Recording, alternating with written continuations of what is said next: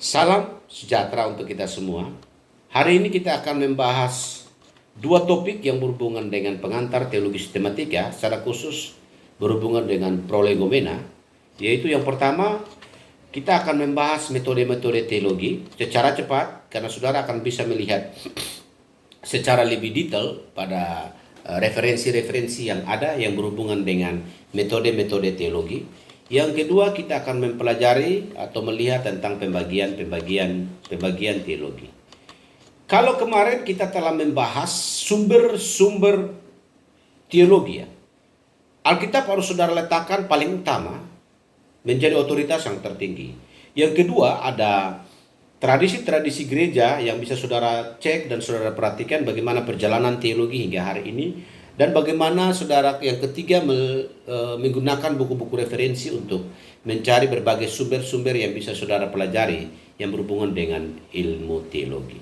Lalu metode-metode teologi, ada syarat-syarat untuk yang bisa kita perhatikan. Yang pertama, harus ada praduga awal dari setiap orang atau presuposisi untuk mengawali pemikiran dengan sebuah asumsi. Yang kedua, mempunyai perlengkapan rohani dan sikap yang taat. Harus ada perlengkapan rohani dan sikap yang taat. Itu semacam sebuah persyaratan awal. Seseorang yang mempelajari Alkitab tidak mungkin bersifat secara objektif. Karena ia harus percaya lebih dahulu bahwa Alkitab firman Allah yang tidak mungkin salah. Jadi di sini kita menempatkan iman kita melampaui rasio. Jadi rasio kita harus tunduk pada percayanya kita kepada otoritas tertinggi, yaitu Alkitab firman Allah. Agustinus mengatakan bahwa karena kita percaya, kita mengerti. Karena percaya, orang mengerti. Rasio adalah alat yang dipakai untuk kemudian memahami, untuk mengerti tentang pengetahuan itu. Jadi letakkanlah rasio pada tempatnya.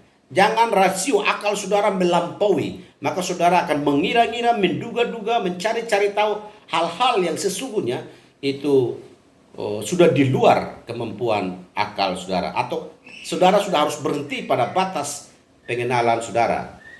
Jadi yang ketiga, membutuhkan pencerahan daripada Roh Kudus. Harus dimulai dengan percaya. Berpikir, harus mempunyai kebergantungan dan sikap ibadah penyembahan kepada Allah.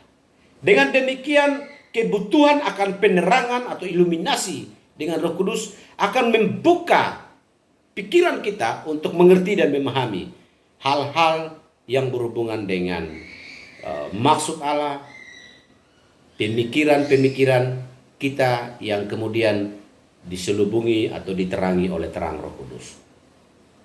Yang kedua, ada keterbatasan teologi.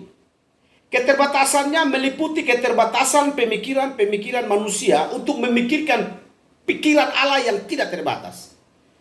Jika saya bisa mengulang, saya mengatakan bahwa saudara dan saya, atau kita semua, orang-orang yang belajar teologi adalah orang-orang yang harus sadar bahwa kita hidup dan terbatas dalam ruang dan waktu. Sementara yang mau kita pelajari atau yang mau kita ketahui adalah Allah yang berada di luar ruang dan waktu. Dia yang mengadakan yang tidak ada menjadi ada. Dialah Allah pengada dan kitalah yang diadakan. Kitalah yang diciptakan. Bukan kitalah yang mencipta, dialah yang menciptakan kita. Sehingga kita bisa ada hingga hari ini. Kita terbatas dalam ruang dan waktu, kita hidup, ada masanya. Lalu kemudian kita mati. Dan kita tinggal di dalam dunia yang diciptakannya. Sementara Allah itu dia berada di luar ruang dan waktu. Dialah yang menjaga, dia yang melindungi. Di dalam providensinya. Yang kedua, keterbatasan kita dalam mempelajari teologi adalah kekurangan ilmu pengetahuan. Karena kita mempelajari berbagai macam ilmu pengetahuan di dalam keterbatasan kita. Yang ketiga, kita juga keterbatasan bahasa manusia. Yang bisa saja satu bagian menerjemahkan pada bagian yang lain, dan itu bisa mempunyai arti yang berbeda-beda.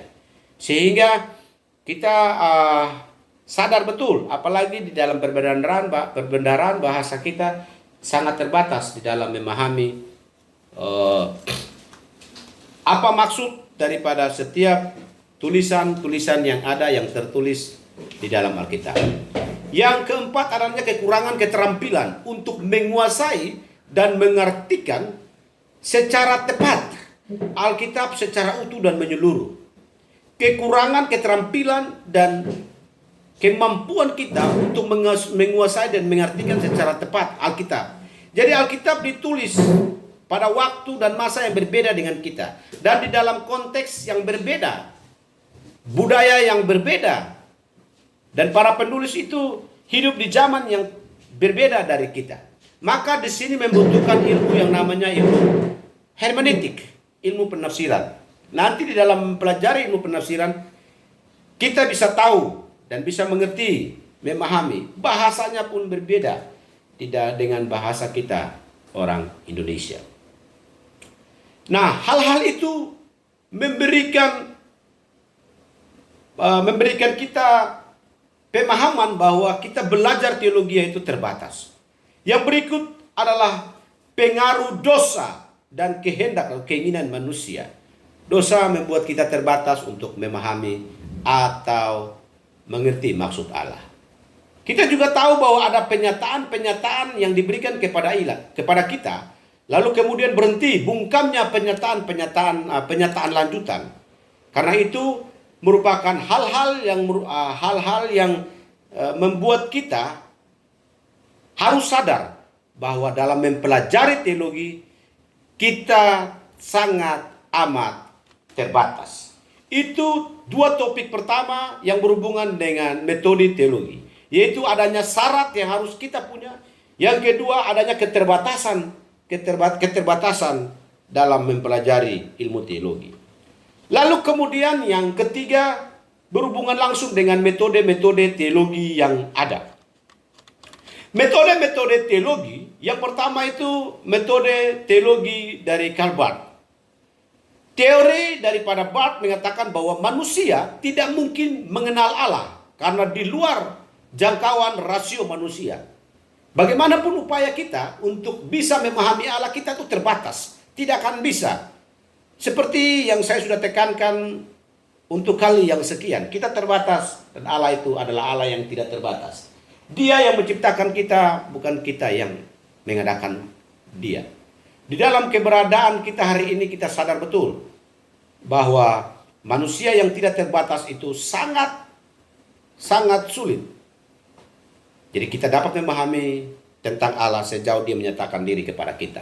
Oleh karena itu, setiap kali Allah lah yang berinisiatif untuk datang dan mencari manusia. Lalu kemudian iman kita lah yang membantu kita untuk bisa bertemu dengan Allah. Iman kita lah yang membantu kita untuk bisa berjumpa dengan Dia. Karena Allah itu sendiri ada di luar jangkauan manusia.